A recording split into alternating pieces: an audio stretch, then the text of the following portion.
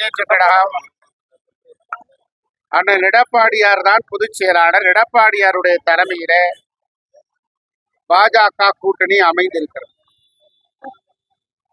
அனைத்திந்திய அண்ணா திராவிட முன்னேற்ற கழகமும் பாஜக கூட்டணியும் மக்கள் நலன் சார்ந்து செயல்படும். தங்களுடைய கொள்கைகளை அண்ணா திராவிட முன்னேற்ற கழகம் எப்போதும் விட்டுக் கொடுக்காது. கூட்டணி என்பது வேறு, கொள்கை என்பது வேறு. ஆக அண்ணா திராவிட முன்னேற்ற கழகத்தின் கொள்கை சித்தாந்தத்தில் ஒரு இன்னி அளவும் பிசகாத அளவிற்கு அண்ணா திராவிட முன்னேற்ற கழகம் செயல்பட்டு கொண்டிருக்கிறது. இனிமேலும் அப்படித்தான் செயல்படும்.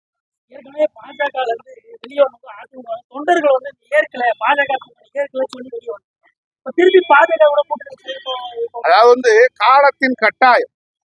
திராவிட முன்னேற்ற கழகம் பாசிச ஆட்சியை நடத்தி கொண்டிருக்கிறது. இன்று மிருகபலத்தோடு இயங்கிக் கொண்டிருக்கிறது. திராவிட முன்னேற்ற கழகத்தினுடைய கூட்டணியில் இருப்பவர்கள் எல்லாம் பல்வேறு சிக்கல்கள், பிரச்சனைகள் தமிழ்நாட்டில் இருக்கிறது. ஆனாலும் அவற்றையெல்லாம் சகித்து கொண்டு திமுகவினுடைய கொத்தடிமைகளாக திமுக கூட்டணியில் இருக்கிறவர்கள் இருக்கிறார்கள். விடுதலை சிறுத்தைகள் மதுவிலக்கு போராட்டம் வேண்டும் என்று கோரிக்கை விடுக்கிறது, மாநாடு நடத்துகிறார்கள். ஆனால் கள்ளக்குறிச்சியிலே 60க்கும் மேற்பட்ட பேர் பட்டியலினத்தைச் சேர்ந்தவர்கள் இறந்து போயிருக்கிறார்கள்.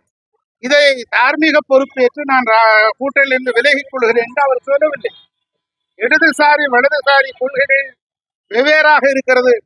தொழிற்சங்கத்தினுடைய பிரச்சனை இருக்கிறது. இங்கு ஸ்ரீபெரும்புத்தூரில் நடைபெற்ற தொழிற்சங்க பிரச்சனையை கூட தீர்ப்பதற்கு கம்யூனிஸ்டுகளால் வழி இல்லை. ஆனால் இன்னும் திமுகவோடு கைகட்டி கொண்டு கூட்டணிக்காக ஒட்டி கொண்டிருக்கிறது, பதவி சுகத்துக்காக ஒட்டி கொண்டிருக்கிறார். ஆக இப்படித்தான் திமுக கூட்டணி இருக்கிறது. ஆக இதையெல்லாம் வீழ்த்த வேண்டும். பணபலம் இருக்கிறது, அதிகார பலம் இருக்கிறது. இப்படிப்பட்ட பணபலத்தையும் அதிகார பலத்தையும் வீழ்த்துவதற்கு அண்ணா திராவிட முன்னேற்ற கழகம் ஒரு பலமான கூட்டணி அமைக்க வேண்டும் என்று பல கோரிக்கைகள் எடுத்தன. அதனுடைய அடிப்படையில் தான் பொதுச் செயலாளர் அருமை அண்ணன் எடப்பாடியார் அவர்கள் மெகா கூட்டணி அமைப்போம் என்கிற அடிப்படையிலே இன்று ஒரு புதிய தொடக்கத்தை தொடக்கி வைத்திருக்கிறார். அமித்ஷா ஆட்சி பெற்ற சின்னம் இரட்டை இலையா தாமரையா சொல்லிட்டு ஒரு காட்டு பரவிட்டு அதை பத்தி இல்லை. அதாவது இரட்டை இலை என்பது புரட்சி தலைவர் எம்ஜிஆரால் கண்டெடுக்கப்பட்ட மகத்தான சின்னம். 55 ஆண்டுகளாக மக்களிடத்திலே தன்னுடைய இதயமாக இருக்கிற சின்னம் தான் இரட்டை இலை சின்னம். ஆக அது இவர் ஆசி பெற்ற சின்னம், அவர் ஆசி பெற்ற சின்னம் என்பது வீணான வதந்தி, வெறுப்பு அரசியலை உமிழ்கிறார்கள். அண்ணா திராவிட முன்னேற்ற கழகம் மீண்டும் எழுச்சி பெறும் என்கிற ஐயம் நேற்று தொடங்கிவிட்டது. திமுக வீழ்ந்து விட்டது என்கிற கருத்து தமிழ்நாடு முழுவதும் எழுந்திருக்கிறது. ஆகவே இதற்கு பயந்து கனிமொழி போன்றவர்கள் அண்ணா அறிவாலயத்திலிருந்து காட்டுக்கூச்சல் போடுகிறார்கள். 1000 கோடி ஊழல் இன்னும் மிக விரைவில் வெட்ட வெளிச்சமாகிவிடுமே என்று பயந்து கொண்டிருக்கிறார்கள். அந்த திமுகவினுடைய அமைச்சர் நேரு வீட்டிலே அமலாக்கத்துறை சோதனை நடத்தி பல்வேறு சிக்கல்கள் நடந்து கொண்டிருக்கிறது. இவற்றையெல்லாம் மக்கள் பார்த்து கொண்டிருக்கிறார்கள். செங்கோட்டையனாலதான் பாஜக கூட இப்ப அதிமுக கூட்டணி வைத்துதான் அண்ணா திராவிட முன்னேற்ற கழகம் தொண்டர்களாலும் வழிநடத்தப்படுகிற இயக்கம் அருமையின் எடப்பாடியார் அவர்கள் பொதுச் செயலாளராக இந்த இயக்கம் எழுச்சி வருவதற்கு பல்வேறு வழிவகைகளை செய்து கொண்டிருக்கிறார்.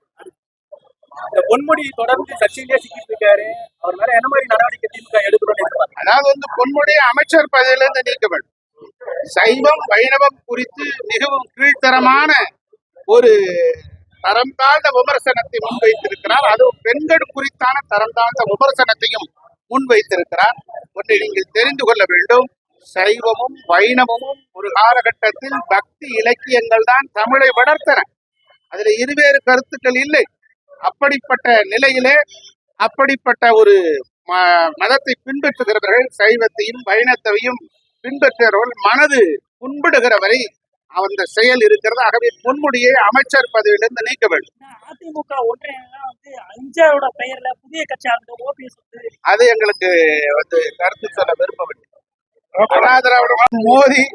மோத நினைத்தால் அவர்களுக்குத்தான் சேதாரம் அடைவார்களே தவிர அண்ணா திராவிட முன்னேற்ற கழகம் ஒருபோதும் சேதாரம் அடையாது.